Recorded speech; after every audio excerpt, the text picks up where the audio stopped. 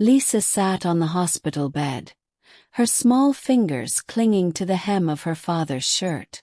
The room smelled like antiseptic, the air thick with sadness. Machines beeped steadily, a reminder of time slipping away. At 7, Lisa had spent more days in hospitals than at playgrounds. Her pale face, once so full of life, now looked tired. Dark circles shadowed her eyes, and her lips were cracked from the endless treatments. But despite her exhaustion, she held on to her father, as if he was the only thing keeping her anchored in a world that was slipping away. "Daddy, it's painful," she whispered, her voice barely above a breath. James' chest ached as he brushed damp hair from her forehead. "No, baby. But you're so strong." Lisa's lips quivered, her tiny hands trembling. "I don't want to fight anymore, Daddy." The words shattered him. He wanted to promise her she'd be okay, but he couldn't lie. The leukemia was winning. He squeezed her hand, his voice breaking. "I'd take the pain for you if I could." Lisa gave him a weak smile. "If I go to heaven, I won't hurt anymore, right?" James swallowed hard, forcing back the lump in his throat. He wanted to be strong for her, but every word she spoke chipped away at his resolve.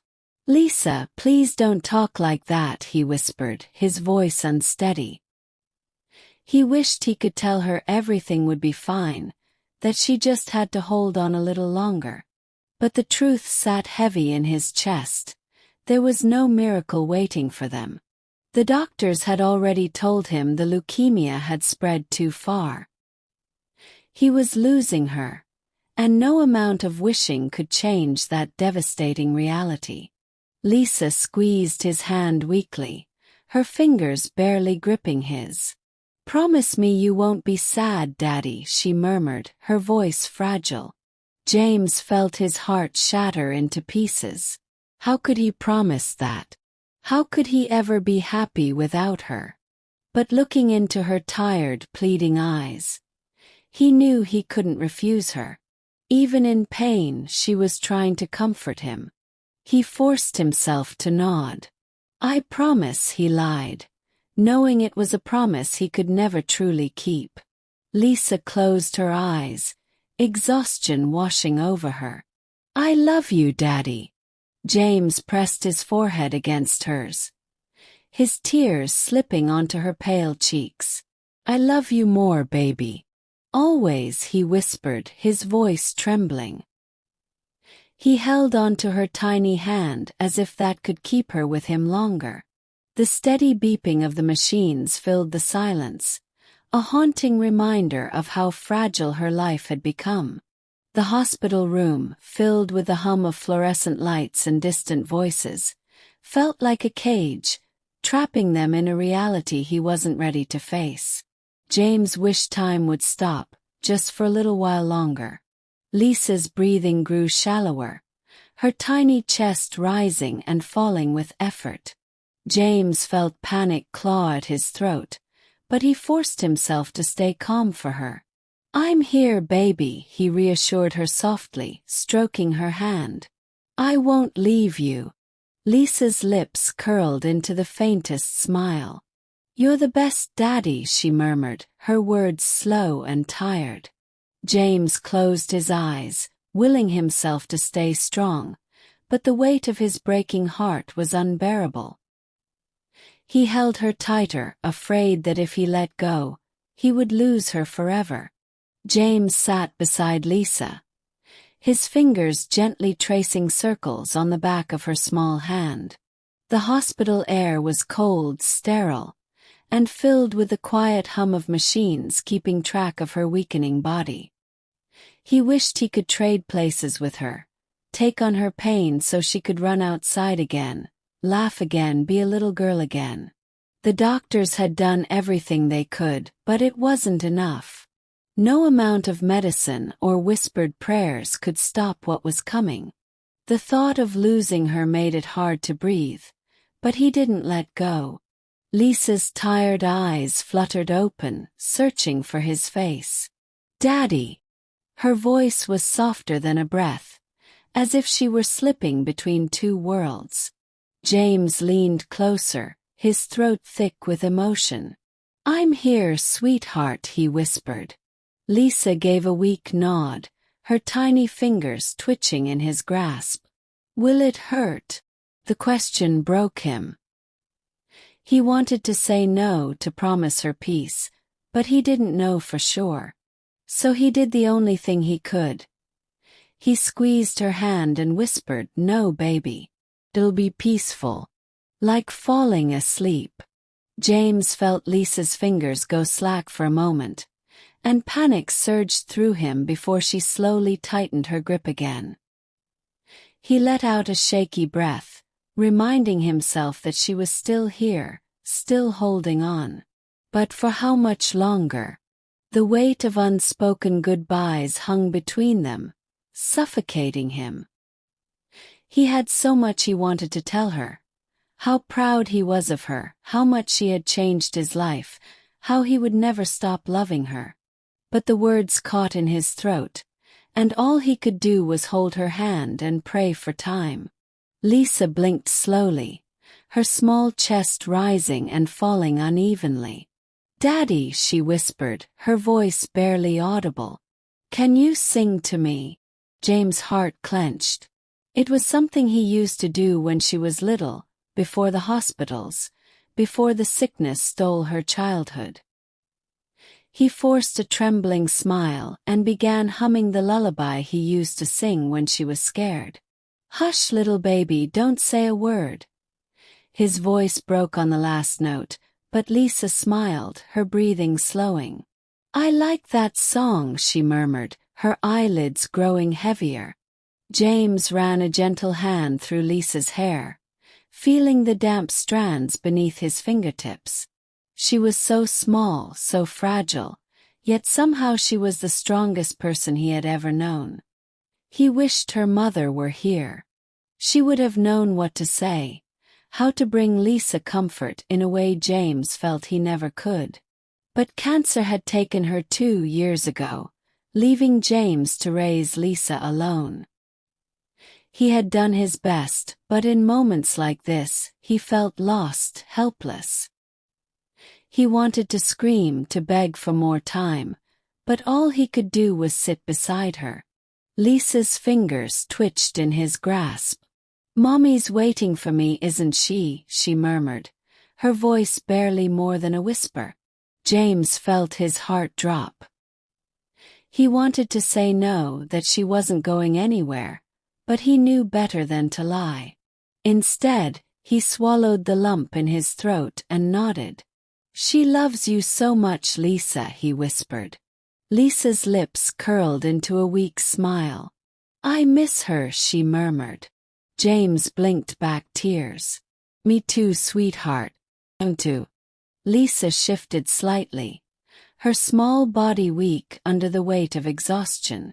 "Daddy," she whispered, "can we look at the stars?" James hesitated, glancing toward the window. The hospital room was on the 3rd floor, but the city lights outside drowned out most of the night sky. Still, if she wanted to see the stars, he would find a way.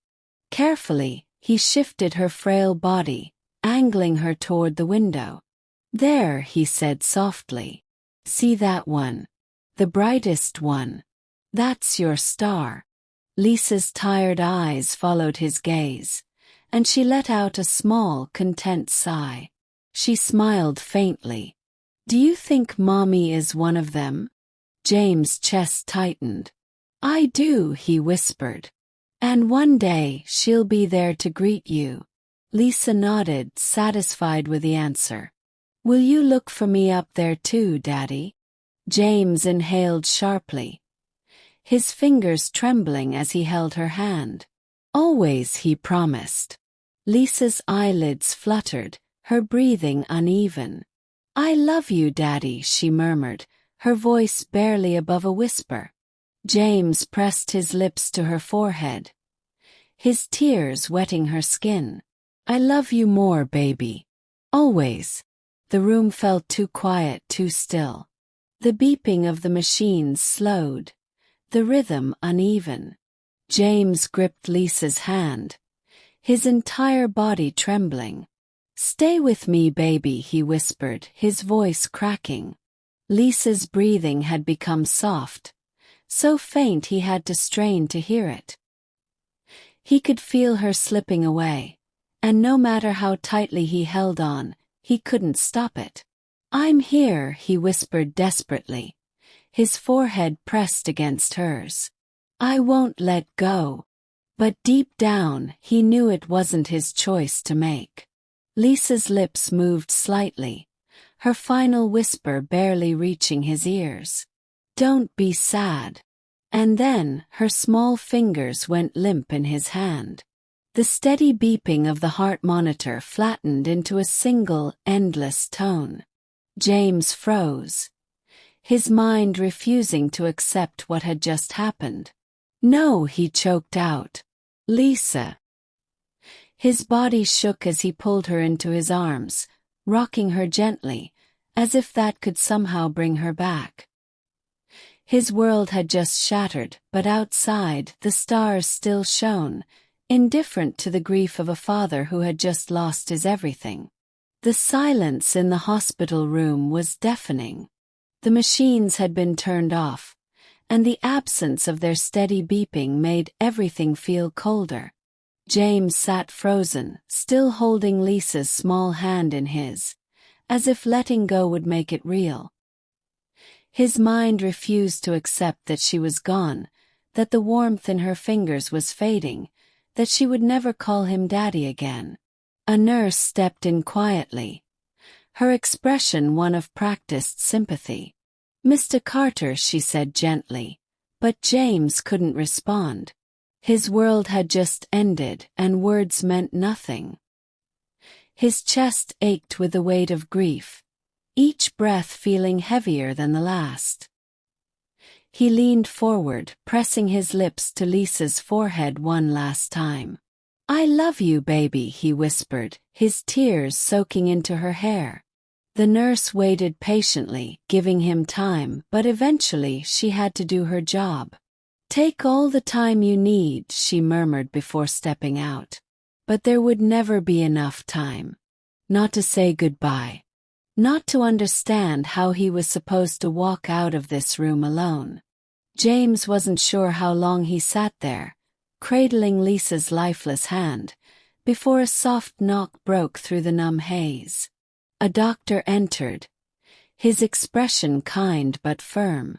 Mr. Carter, I'm so sorry for your loss, he said gently. We'll take care of everything. You can take as much time as you need, but when you're ready, we'll need to take her. The words felt like a punch to the gut. Take her. Where? How could he leave without her? James clenched his jaw, his body shaking as he slowly loosened his grip on her tiny fingers. Standing up felt impossible. His legs were weak, his body heavy with exhaustion and sorrow.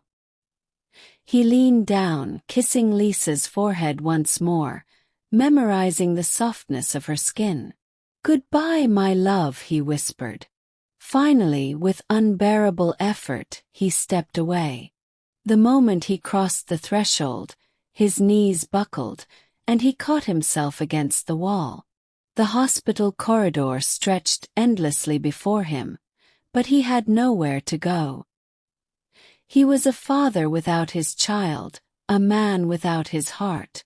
The days blurred together. James didn't remember leaving the hospital, only that suddenly he was home, staring at Lisa's empty bed. Her stuffed animals lined up neatly against her pillows. Felt wrong. Everything felt wrong. The funeral home called, asking about arrangements, but he could barely process their words. Cremation or burial? Flowers or no flowers? Did it even matter? None of it would bring her back. He wanted to scream, to break something, but instead, he sat in the darkness, clutching one of Lisa's sweaters, inhaling the faint scent of her strawberry shampoo. He finally agreed to a small service, just family and close friends. A pink dress, her favorite color. White lilies, because they reminded him of how delicate and beautiful she was. But no casket, no lowering her into the ground. He couldn't bear it. Instead, he chose cremation, keeping her ashes close, unable to let her go completely. As he finalized the arrangements, he felt detached, like he was watching someone else go through the motions. He wasn't ready for goodbye. The church was filled with quiet sobs and hushed whispers. James sat in the front row, his hands clenched together, his body stiff with grief. A small urn sat on the table in front of him, surrounded by flowers and pictures of Lisa. It felt wrong. There should have been a birthday party, not this. People came up to him, offering condolences, touching his shoulder, whispering, "She's in a better place now." He hated those words. What place could be better than in his arms? He just nodded, unable to speak, his throat too tight with sorrow. When it was time to speak, he walked to the podium, staring at the crowd, his mind blank. What could he possibly say? He took a deep breath, gripping the sides of the podium. "Lisa was my everything," he started, his voice trembling. "She was brave, kind, and stronger than I ever could be. She taught me what love really means. And though she's gone, she'll always be my little girl." His voice cracked, and he bowed his head, gripping the locket around his neck, the one that held a tiny picture of her. Coming home after the funeral was unbearable. The house was too quiet, too still. Lisa's toys were still scattered in the corner, her drawings still taped to the fridge. James hesitated before stepping inside, feeling like a stranger in his own home. Every corner held a memory. Her giggles from the hallway, her tiny feet padding across the floor, the bedtime stories they read together. He walked into her room, his fingers grazing over the books on her shelf. Her favorite stuffed bunny sat on her pillow, waiting for her to come back. But she never would. Collapsing onto her bed, he buried his face in her blankets, inhaling the fading scent of her. He felt like he was suffocating, drowning in the weight of her absence. He had promised Lisa he wouldn't be sad, that he'd try to be happy. But how? How do you find happiness when the person you love most is gone? He curled up on her bed, clutching her stuffed bunny, and let the sobs rack his body until exhaustion finally pulled him into a restless sleep. Days passed in a blur of emptiness. James barely ate, barely spoke. The world outside continued, but his had stopped the moment Lisa took her last breath. One evening, he found himself sitting by the window, staring at the stars. His mind echoed Lisa's voice. "Will you look for me up there too, Daddy?" He exhaled shakily, tears filling his eyes. "I see you, baby," he whispered. A gentle breeze brushed against him, almost like a touch, and for the first time, he let himself believe she was still with him in some way. He reached for the locket around his neck, pressing it to his lips. He had promised her he wouldn't be sad. He couldn't keep that promise entirely, but maybe, just maybe, he could try to live for her. He stood up, taking one of her stuffed animals with him, and stepped outside. The world felt a little less heavy, the stars a little brighter. Lisa was gone, but her love remained. And somehow that had to be enough. James sat on a park bench, watching the children play, their laughter filling the air. It had been months since Lisa passed, but he still felt her presence in quiet moments, in the warmth of the sun, in the soft rustle of the wind.